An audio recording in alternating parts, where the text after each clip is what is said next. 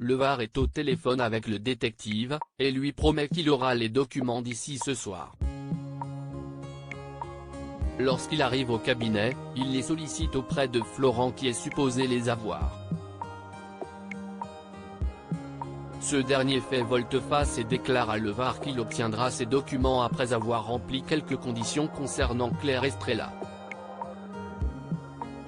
Florent fait chanter Le Var avec un montage photo de Céline et lui.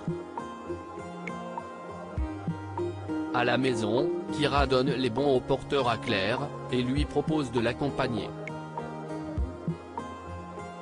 Claire refuse, estimant que sa fille adoptive a déjà causé beaucoup d'ennuis.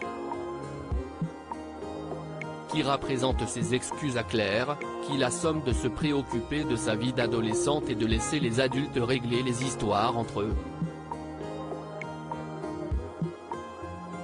Céline reçoit une enveloppe anonyme devant sa porte, dont le dépôt est commandité par Claire et Myriam qui sont cachés derrière une voiture afin d'observer sa réaction. Céline prend l'enveloppe et rentre avec. Johanna engage Margot, la sœur de la juge Alphand. Johanna appelle Florent pour l'informer de son absence, due à un déplacement à Paris afin de recruter leur nouvelle assistante juridique. Johanna craint que Florent soit vexé de ne pas avoir été informé, mais celui-ci apprécie au contraire la prise d'initiative de son associé. Lorsque Florent la sonde sur cette potentielle perle rare, Johanna préfère garder le mystère en attendant d'être sûre de son choix. La jeune recrue n'est qu'autre que Margot Alphand, la sœur de la juge. Cette dernière est surprise que Johanna fasse appel à elle pour prétendre au poste d'assistante juridique.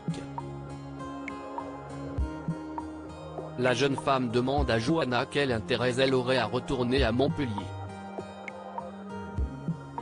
Johanna lui fait comprendre qu'elle a de grandes ambitions pour le cabinet, et puis assure qu'elle gravira bien plus rapidement les échelons à Montpellier.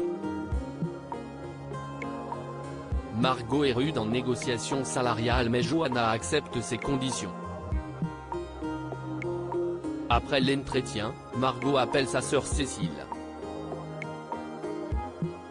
Elle lui annonce qu'elle revient vivre à Montpellier pour travailler avec Johanna. La juge est heureuse de voir sa sœur revenir et souhaite qu'elle se fasse sa propre opinion au sujet de Johanna. Cécile informe Christophe de la bonne nouvelle. Quant à Florent, mis devant le fait accompli, il accepte de prendre Margot pour un CDD de 6 mois, le temps de s'assurer qu'elle n'est pas une taupe, et qu'elle est bien compétente pour le poste. Sylvie, la femme du propriétaire du garage, cache quelque chose. Le commissaire Becker rend visite à la juge Alphand à propos de l'enquête sur le vol de la Porsche, qui piétine.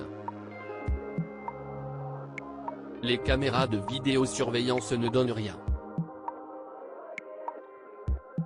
L'enquêteur pense que la voiture a été volée avec un camion. La juge Alphand souhaite creuser la piste sur Sarah Rousseau, qui continue à clamer son innocence alors que tout l'accuse.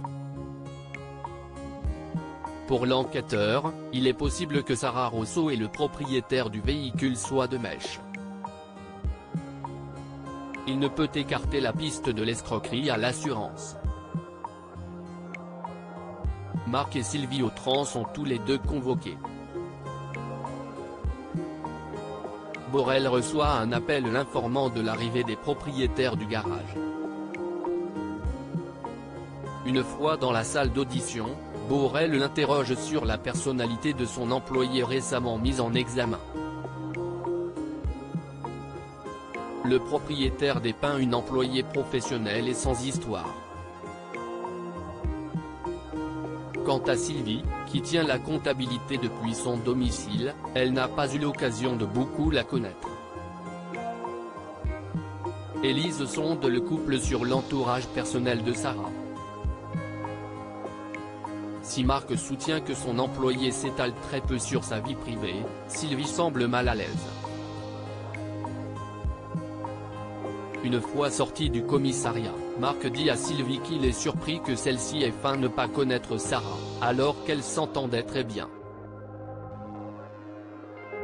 Elle affirme finalement à son époux qu'elle ne la connaissait pas vraiment.